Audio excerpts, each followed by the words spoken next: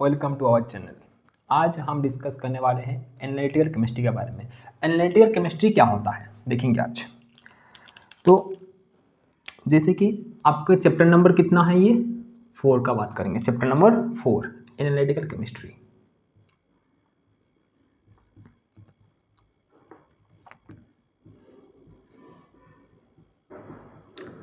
तो एनालिटिकल मतलब क्या होता है कि एनालिसिस करना किसी भी सब्सटेंसेस को। जो भी आपका केमिस्ट्री में हम स्टडी करेंगे क्या क्या सब्सटेंसेस मिला हुआ है, एक कंपाउंड जब बनता है इसमें कोई ए मिला हुआ है, कोई बी मिला हुआ है, तो ए क्या क्या, ए और बी क्या है उसके बारे में इस टाइप का एनालिसिस करेंगे।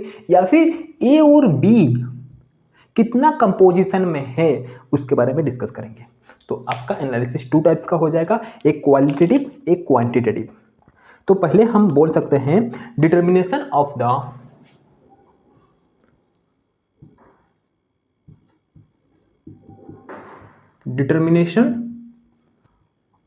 Of the chemical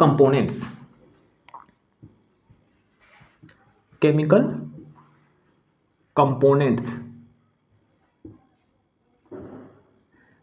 in a given sample is known as analysis।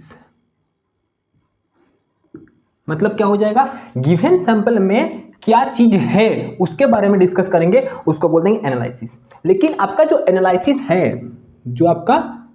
Analysis है वो आपको 2 टाइप्स में देखने को मिलेगा, एक क्वालिटेटिव और दूसरा हो जाएगा क्वांटिटेटिव।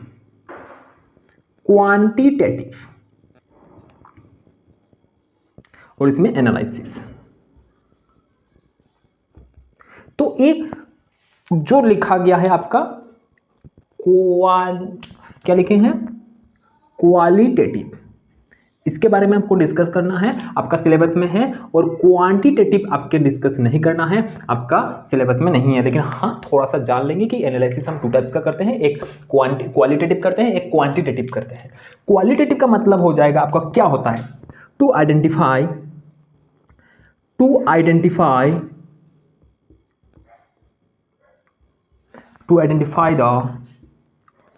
unknown substance। मतलब क्या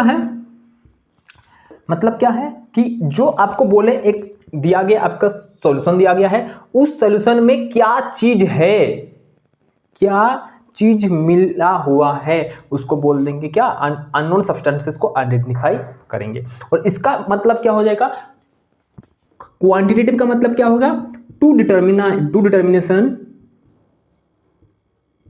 या फिर to determine the chemical composition of mixtures.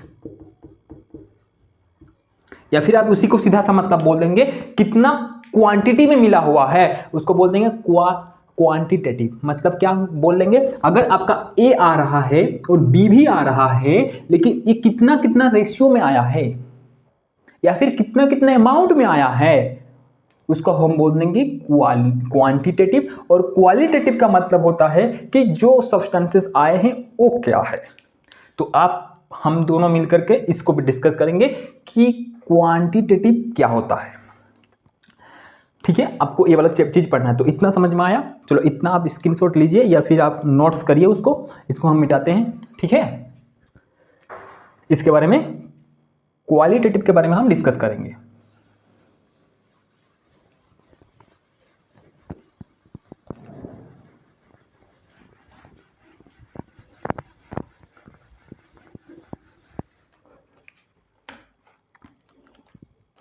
क्या बोल देंगे, किसके बारे में डिस्कस करेंगे, क्वालिटेटिव। और क्वालिटेटिव का मतलब कोई भी अननोन सब्सटेंसेस को आइडेंटिफाई करेंगे, टू आइडेंटिफाई अननोन सब्सटेंस,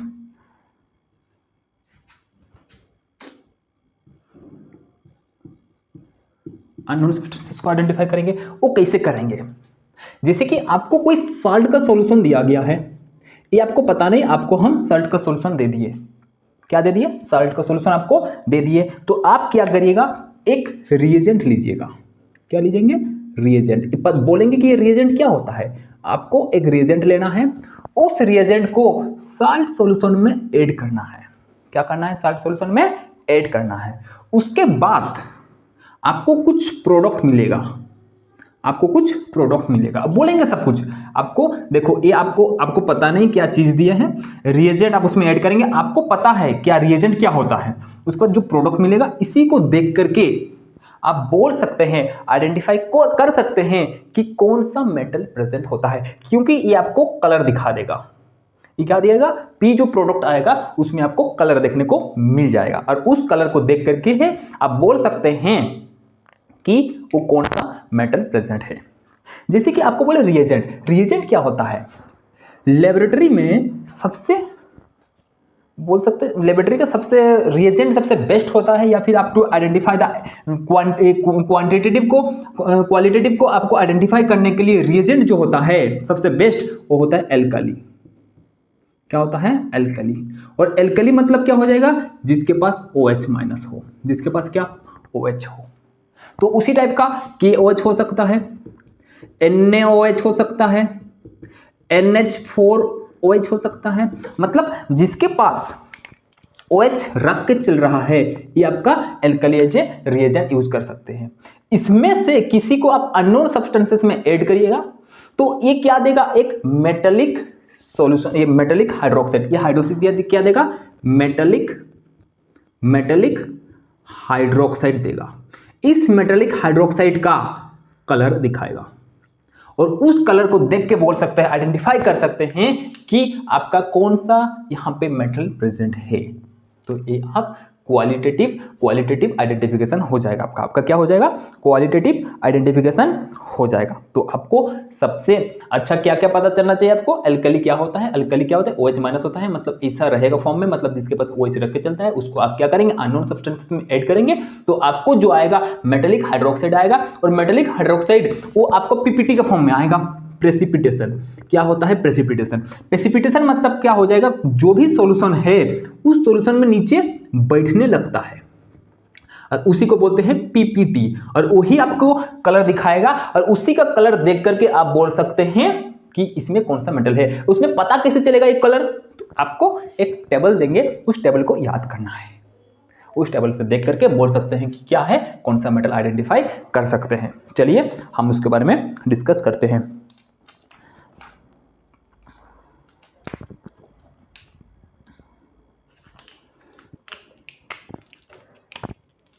इसको मिटा देते हैं, इतना क्लियर है आपको?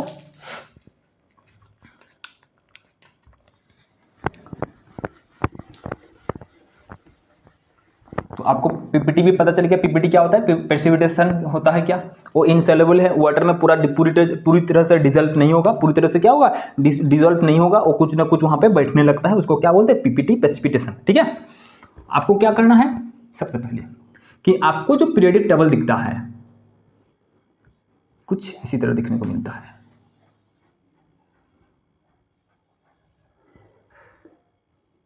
कुछ इस तरह आपको पीरियोडिक टेबल देखने को मिलता है।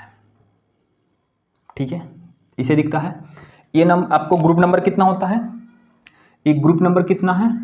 1, 2, 3, 4, 5, 6, 7, 8, 9, 10, 11, 12, 13, 14, 15, 16, 17, 18। पीरियड नंबर कितना हो जाएगा? 1, 2, 3, 4, 5, 6, 7 पीरियड देखने को मिल जाता है। तो इसमें आपको ग्रुप नंबर 1 और इस ग्रुप नंबर 1 और ग्रुप नंबर 2 को हम बोलते हैं, ग्रुप नंबर 1 यहां पे लिख दे रहे हैं, ग्रुप नंबर 1 एंड 2 को क्या बोलते हैं? S block. क्या बोलते हैं? S block. ग्रुप नंबर 13 से लेकर 18 तक, ग्रुप नंबर 13 टू 18 हम क्या बोल देंगे, पी ब्लॉक। और बीच में जो आता है, ये बीच में जो आता है ग्रुप नंबर 3 to 12, उसको बोलते हैं डी ब्लॉक। और उसी के बीच में आता है एक एफ ब्लॉक, जिसको आपको देखना नहीं है, बाद में देखेंगे आप 11th में जब जाएंगे। तो इसके बीच में आता है डी एफ ब्लॉक। तो आपको देखना है ग्रुप नंबर 1 और ग्रुप नंबर 2 जो होता है, ग्रुप नंबर 1 और ग्रुप नंबर 2 उसको बोलते हैं एस ब्लॉक। ग्रुप 13 से लेकर के 18 तक आपको पी ब्लॉक, और बीच में जो आता है वो बोलते हैं डी ब्लॉक। तो एस ब्लॉक और पी ब्लॉक को हम बोलते हैं रिप्रेजेंटेटिव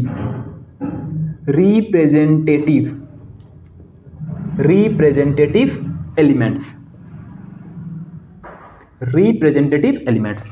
इसी को बोलते हैं ट्रांजिशन मेटल एलिमेंट्स।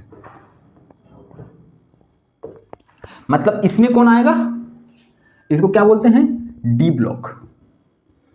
इसको क्या बोलते हैं, डी ब्लॉक या फिर ट्रांजिशन मेटल। इसको क्या बोलते हैं, पी ब्लॉक। इसको क्या बोलते हैं, पी ब्लॉक। इसको क्या बोलते हैं, एस ब्लॉक। इसको बोलते हैं एस ब्लॉक। ठीक है, S block, P block, D block. तो एस ब्लॉक और पी ब्लॉक को जब हम दोनों मिल जाएंगे, उसको रिप्रेजेंटेटिव या फिर मेन ग्रुप बोलते हैं, मेन ग्रुप एलिमेंट्स। ठीक है, रिप्रेजेंटेटिव मेन ग्रुप एलिमेंट्स। तो इसके बारे में पता होना चाहिए। लेकिन जो डी ब्लॉक होता है, ट्रांजिशन मेटल होते हैं, जनरली ये कलर्ड होते हैं। क्या होते हैं, कलर्ड। लेकिन एस ब्लॉक और पी ब्लॉक क्या होता है, कलरलेस। एस और पी क्या होता है, यहां पे लिख देते हैं, एस और पी ब्लॉक जो होते हैं वो क्या होता है, जनरली कलरलेस। क्या होते हैं, कलरलेस। लेकिन जो डी ब्लॉक होते हैं वो क्या दिखाते हैं, कलर दिखाते हैं।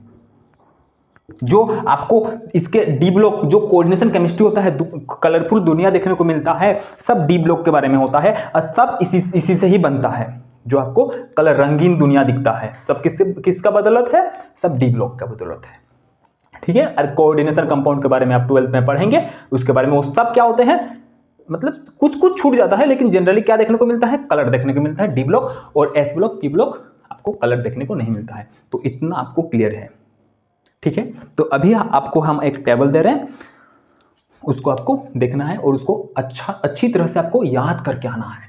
ठीक है, इसको मिटा दे रहे हैं, स्क्रीनशॉट लेना है, या फिर याद तो हो गया होगा। ये एस ब्लॉक किसको बोलते हैं, पीरियोडिक प्रॉपर्टीज में भी करते हैं, S block, P block, D block, ये तो सब याद करके ही आए हैं पीरियोडिक टेबल में, और याद होना भी चाहिए। ये सब बेसिक स्टार्टिंग ही पीरियोडिक टेबल से होता है, उसको तो पूरा मुंह में होना चाहिए। कितना ग्रुप से आता है, क्लोरीन बोल देंगे तो आप बोल दीजिएगा फट से कितना नंबर ग्रुप और कितना नंबर पीरियड से वो क्या करता है, बिलोंग करते हैं। ठीक है ना।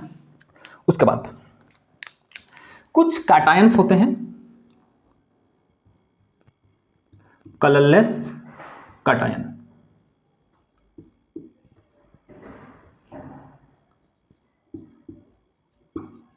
सबसे पहले एमोनियम, नाम लिख सकते हैं हम, नाम नहीं लिख रहे हैं, ammonium ion, NH4+, ammonium ion.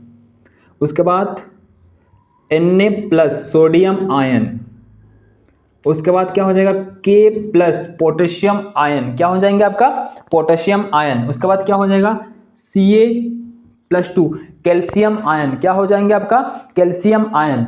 और क्या हो जाएगा, मैग्नीशियम, Mg+2, क्या हो जाएगा, मैग्नीशियम आयन। और क्या हो जाएगा, एल्यूमिनियम, Al+3, क्या हो जाएगा, एल्यूमिनियम आयन। ये सब क्या है, कलरलेस कैटायन। और कुछ कुछ डी ब्लॉक का भी आ जाते हैं, जिंक+2, ये भी कलर नहीं दिखाते हैं, क्योंकि अब क्यों नहीं दिखाते वो बाद में देख लीजिएगा। ठीक है, D10 होता है कन्फिगर, वो सब आप 11th में देखेंगे, आपको ये याद कर लेना। Pb+2 ये क्या होते हैं, ये तो एस ब्लॉक का आपको देखने को मिल जाता है, ये डी ब्लॉक का। तो ये सब क्या है, कैटायन का कलरलेस। तो एनायन का कलरलेस क्या हो जाएगा, एनायन का कलरलेस क्या हो जाएगा, देखो एनायन कलरलेस एनायन। Cl- हो जाएगा, क्लोराइड, इसका नाम क्या हो जाएगा, क्लोराइड। Br- क्या हो जाएगा, ब्रोमाइड। ये पूरा याद हो जाना चाहिए आपको। H2- क्या हो जाएगा, सल्फाइड। O2- क्या हो जाता है, ऑक्साइड। ठीक है, SO4 2- sulphate HSO4- बाईसल्फेट CO3 2- carbonate HCO3 1- होता है बाइकार्बोनेट NO3- नाइट्रेट और NO2- अगर दे देंगे तो हो जाएगा नाइट्राइट। अगर N- दे देंगे तो क्या हो जाएगा, N क्या हो जाएगा 3-। ये सब याद होना चाहिए, तो आप देख के आए हैं। नाइट्राइड हो जाता है, P3- क्या हो जाएगा, फॉस्फाइड हो जाता है। ये अब तो वैलेंसी देख के आता है, इसको छोड़ दीजिए, यहाँ पे इतना ही जरूरत पड़ेगा आपको। ये सब हो जाएगा कलरलेस। क्या हो जाएगा, कलरलेस। एक कलरलेस कटायन, एक कलरलेस एनायन, ठीक है। एक कलरलेस का था। और अभी कलर कौन दिखाएंगे, कलर कौन दिखाएंगे उसके बारे में डिस्कस करेंगे। कलर कौन दिखाएंगे, आ जाइए देखिए इधर। Cu+2, Cu+2 कपर का क्या होता है, एक Cu+1 होता है, एक Cu+2 होता है। इसका कलर होता है ब्लू, इसका कलर क्या होता है, ब्लू। Fe+2 होता है, Fe+2 होता है और Fe+3 होता है। Fe+2 और Fe+3, इसका नाम क्या होता है, फेरस। इसका नाम क्या होता है, फेरस। इसका नाम क्या होता है, फेरिक। ये कौन सा कलर दिखाएगा, ये कौन सा कलर दिखाएगा। उसके बाद देखो मैंगनीज, मैंगनीज, निकल, ठीक है। और कौन हो जाएगा, और कौन हो जाता है,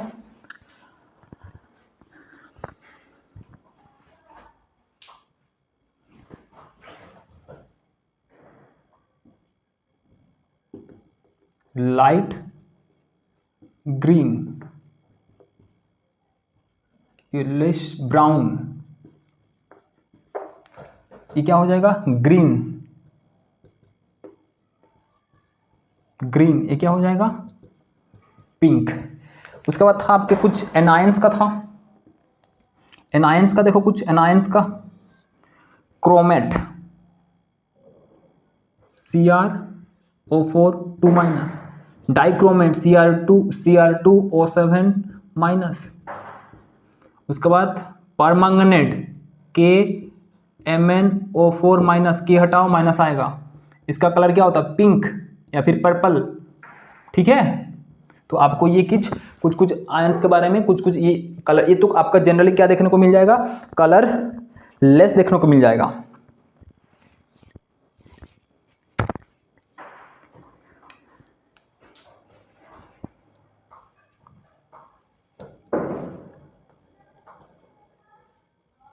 Cr+3 और कर दीजिएगा ग्रीन कलर, ठीक है। आपको Mn वाला देखने को क्या मिल जाएगा, Mn वाला क्या देखने को मिल जाएगा, क्रोमेट का येलो, येलो देखने को मिल जाएगा। डाइक्रोमेट का क्या हो जाएगा, डाइक्रोमेट का क्या हो जाएगा, ऑरेंज। ये क्या हो जाएगा, पर्पल एंड पिंक भी बोल सकते हैं। तो इतना आपको याद होना चाहिए, आपको इतना याद होना चाहिए। आपको ये दिखेगा तो आप क्या बोलिएगा, कलरलेस। अगर ये आ जाएगा, Fe+2 ब्लू कलर होता है, Fe+2 भी हो सकता है, +3 भी हो सकता है। जो फेरस होता है FeRr, जो फेरस होता है वो लाइट ग्रीन होता है। कौन सा कलर होता है, लाइट ग्रीन होता है। ये येलो या फिर येलोइश ब्राउन बोल सकते हैं। Mn वाला क्या हो जाएगा, पिंक कलर हो जाएगा। Ni+2 क्या हो जाएगा, ग्रीन कलर हो जाएगा। Cr+3 क्या हो जाएगा, ग्रीन कलर हो जाएगा। क्रोमेट, इसका नाम क्या हो जाएगा, क्रोमेट। इसका नाम क्या हो जाएगा, डाइक्रोमेट। इसका नाम क्या हो जाएगा, परमंगनेट। तो क्रोमेट का क्या हो जाएगा, येलो हो जाएगा, ऑरेंज हो जाएगा, पर्पल या फिर और पिंक, दोनों में से किसी एक देखने को मिल जाता है। तो ये कलर्ड वाला कंपाउंड है, ये कलरलेस है। ये क्या है, कलरलेस।